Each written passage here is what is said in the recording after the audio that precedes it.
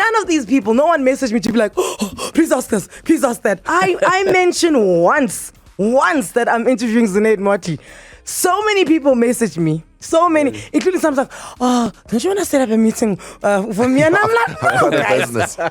What do you think I am? A recruitment agency, okay? Helping people out. Zunaid Moti, welcome to 947. Thank you very much. Thank you so much Thanks for your time. Me. Frankie's got a question. Yeah, so the first question we have to ask is, if you drive up Santon Drive, you see the building on the left and there's a fighter jet on top of the building. Yeah. What is that, a Mirage? I think it's a Mirage. I know it's made by Dassault. Okay. So it's a fighter jet. I loved it. It just made a statement. So, no, wait. I've got more questions. Where do you buy fighter jets second-hand to put on buildings? We buy cars. We buy planes. Yeah. Where is it? It's not we buy cars.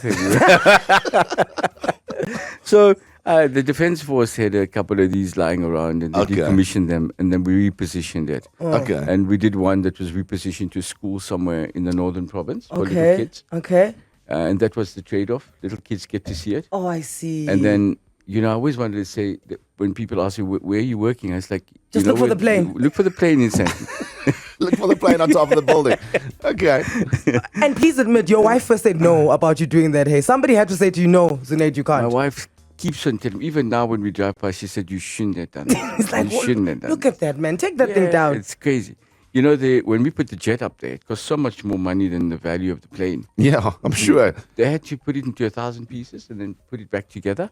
Oh. So that was amazing. And I remember the day we went there, I had this very ugly T-shirt on. My wife keeps on reminding me, do you remember the day when you had the ugly T-shirt? Right. I was like, we put the plane up there, So she loves it too, actually. I'm a little disappointed now. I thought they flew it onto that little pole and they just couldn't no landing strip there. Oh no, you can go, Zunaid. This is not fun anymore.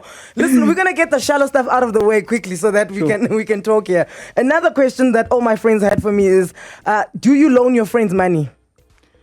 Yes. What is the criteria to be your friend? It's the easiest way to break friendship, So yes. You lend someone money, and before you know it, you're the bad guy. That's very true. It's like, please help me. I need this. I need that. I really need to change my business and all of that. And before you know it, it's 6 months down the line, a year down the line, they don't take your calls. That type of thing. But I must be honest, I haven't had a lot of that in the last couple of years, 4 or 5 years, So it's been good.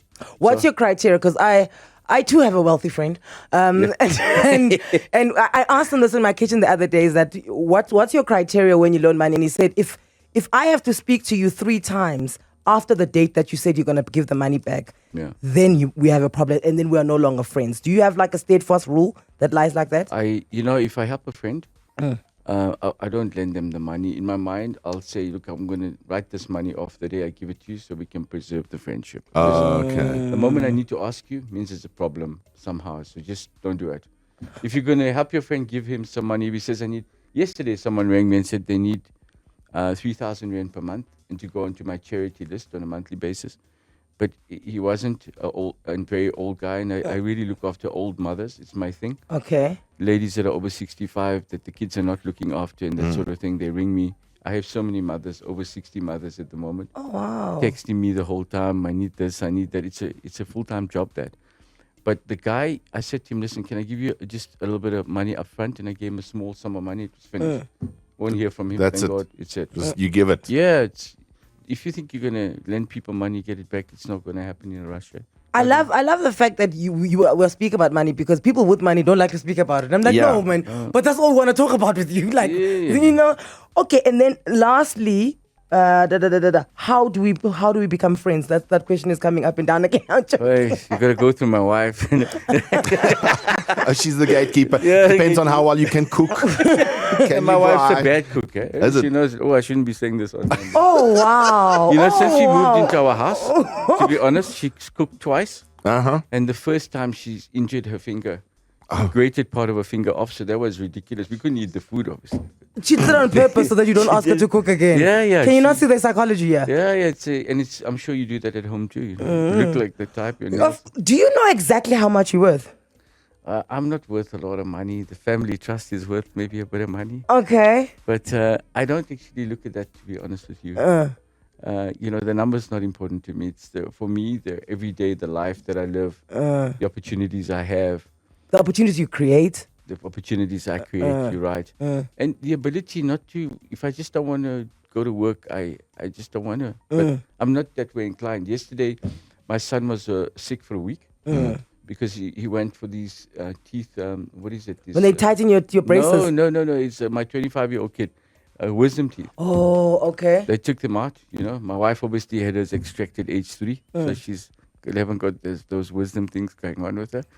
But they took it out and he was away from work for 7 days. And I thought to myself, geez, shame this guy's not doing well. I went to see him. But me, had I had the op, I can tell you in the afternoon, I'll be at work. You'll be back. Just because you can. Right. And because you want to be there.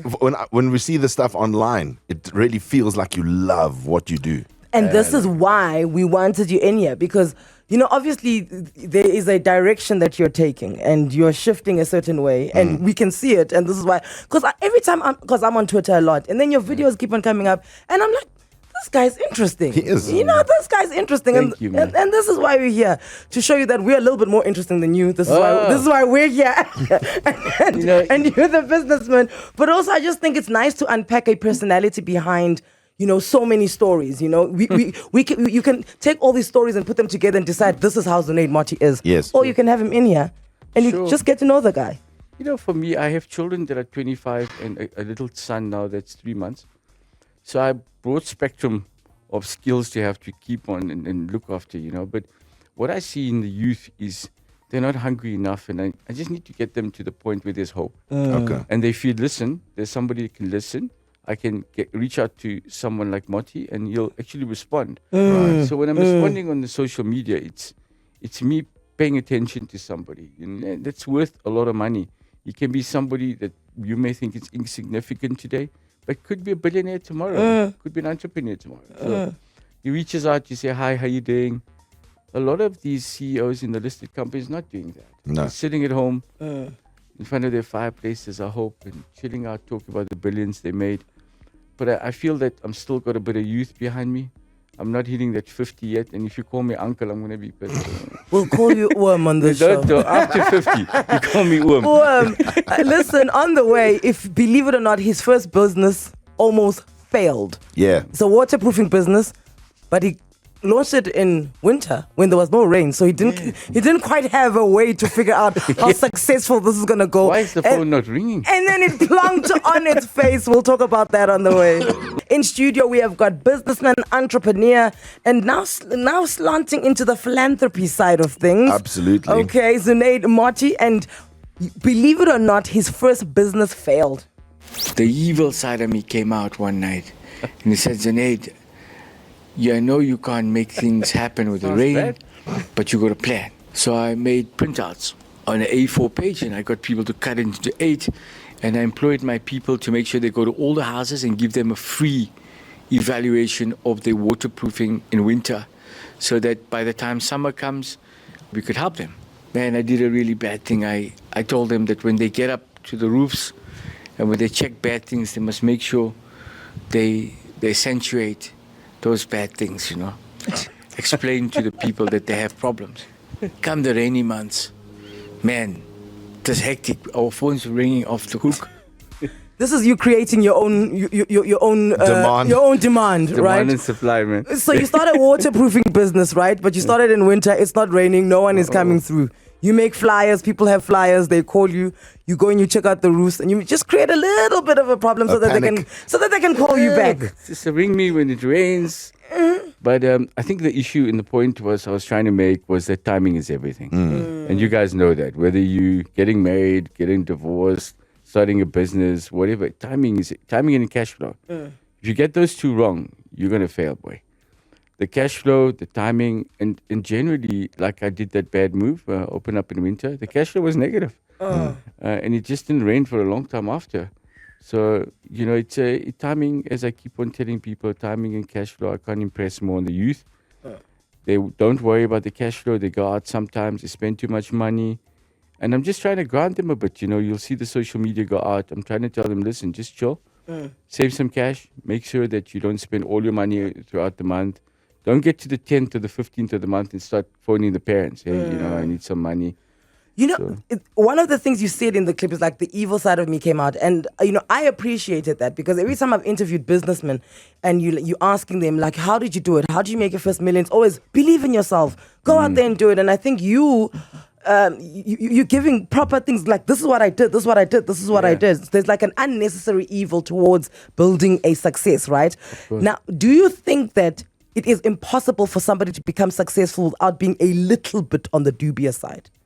I must be honest with you.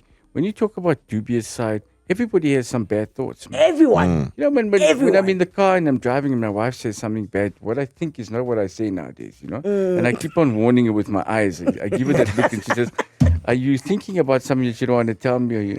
I go, yes, yeah. So when you go to the bank and they say something to you like, you can't do this or you can't do that, you think to yourself, you something. Like the day I make money, the first one I'm going to get fired. Yes! I'm so glad. I'm also like that. When somebody says no to me, I'm like, yes, when? The day I'm Oprah Winfrey. You're going to look under your chair and you're going to live under that chair. I get that. You get in SAA and that lady comes around and she says, you can't have a second wine. And you think, hey, when I get my own jet, I'm going to hire you and fire you. That's hilarious. But obviously then you make the money, right? And do you then feel, I know you're sponsoring like the AFCON, the hockey team. Yeah. When you make the money, do you then feel compelled to give back because of those days where you did the darky side of things to get where you are? Yeah, for me, I must be very frank with you. I went through a stage of trying to do everything correct. And it was a very dry period for me. And I became very poor because I wasn't acting out what I was really thinking inside. So a lot of people hold themselves back because they're fearful. So you develop this fear of failure. The moment it sets in, you actually stays there. dead. Yeah. You might as well go work for someone and then just chill out while you're working out how you don't want to be fearful. So you're scared you're not going to pay your bills. You're scared that you're not be able to afford whatever it is. And before you know it, you're just staying and working somewhere and looking out the window thinking, look at the guy with the Ferrari. Surely nobody became wealthy working for anyone. So as an entrepreneur, you need to get out there and you need to make things happen. And sometimes, as you said, you need to do one or two shortcuts, which is not necessarily breaking the rules, but bending them a bit to get to where you need to, and taking advice from your inner self. You know the answers. That's interesting, hey? That's very interesting. So another thing Zunaid Moti says is when he was in high school, he had to write an essay and complete the sentence, when I'm a millionaire, I will, ... Everybody else. This was when he was in high school. Primary school. Primary school. Okay, when you were still poor. Really poor, right? Okay. When I'm a millionaire, I will ...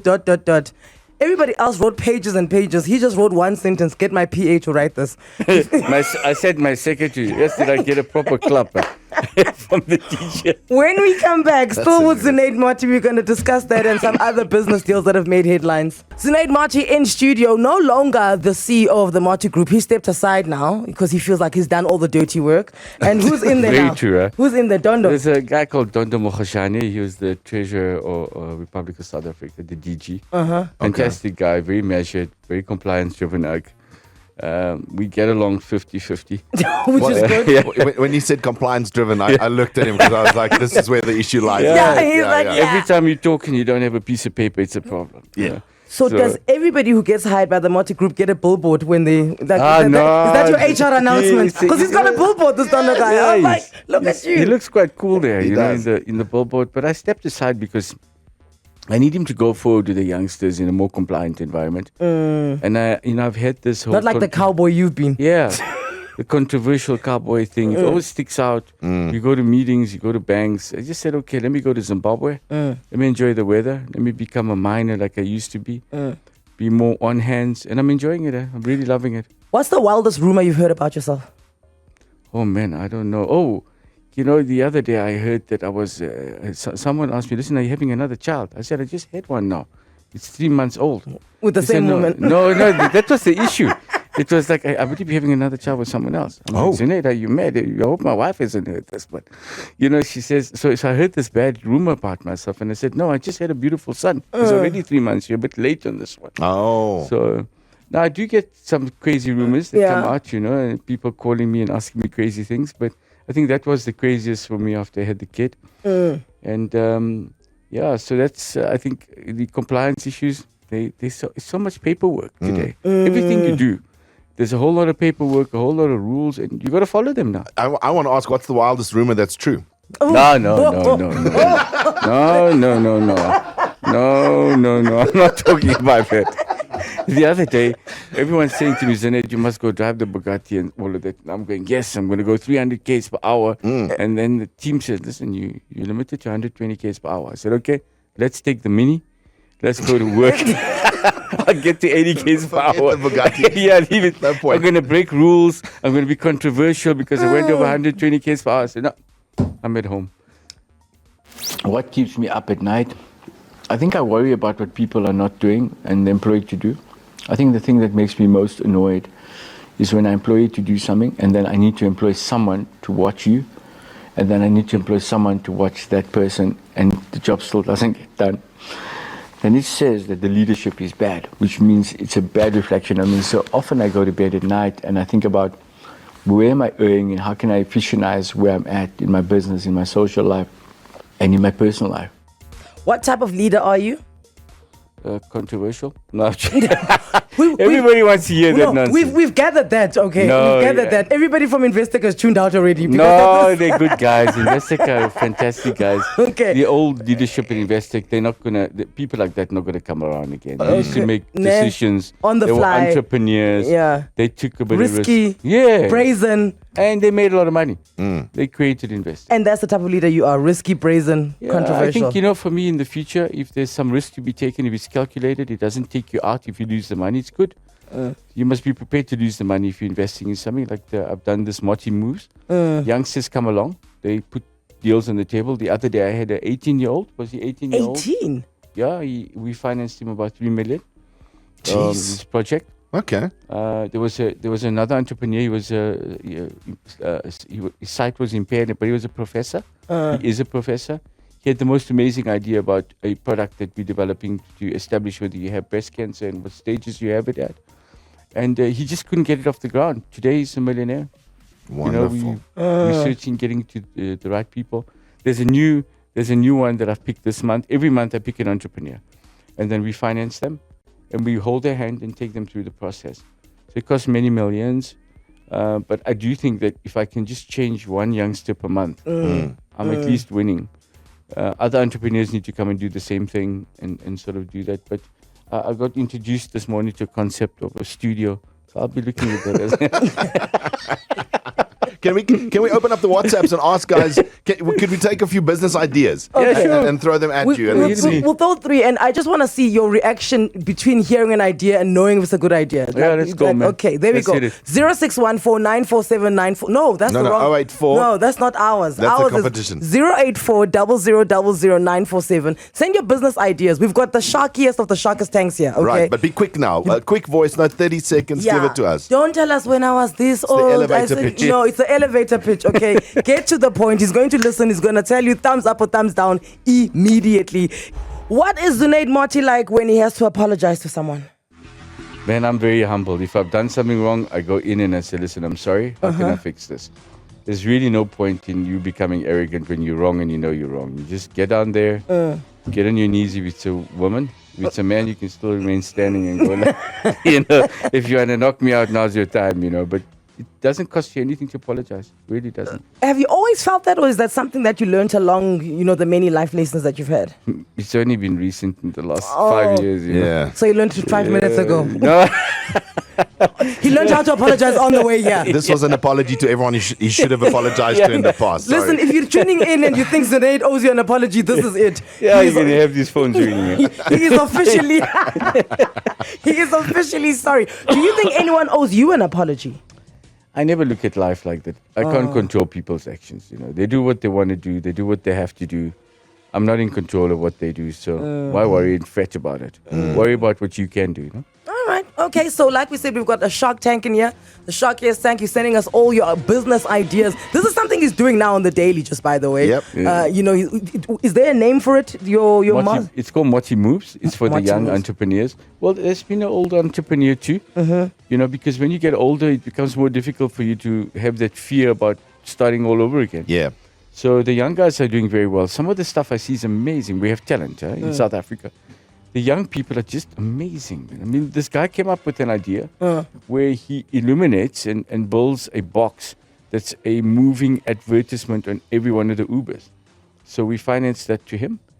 It's great because you get to actually see the bloody Uber driver. He doesn't get driven over because late at night, Yeah. these things are zooming all over the place, So it's a safety thing, but at the same time, you can advertise anything on the back of an Uber or whatever Clever. these delivery things are, And a young guy, this is the 18-year-old, right? Yeah. He came, presented, it was great. We gave it to him. He's driving a Porsche.